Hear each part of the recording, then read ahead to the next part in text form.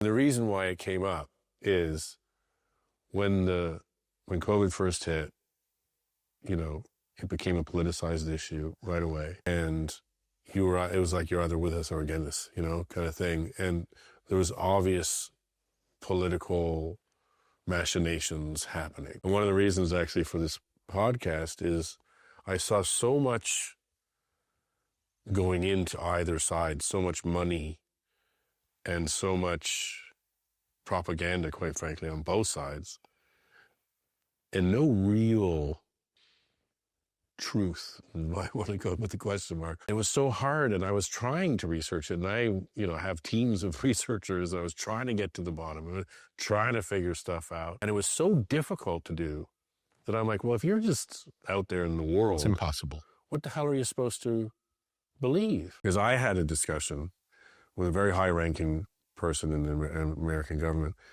and they were saying the exact same thing, which is like, look, we know where it came from, and we know why it came from, and yet no one was telling the truth. No one was telling the American people, and I don't even know for what reason. Why can't we tell the truth, and why it became so politicized? But what came out of your discussion on it?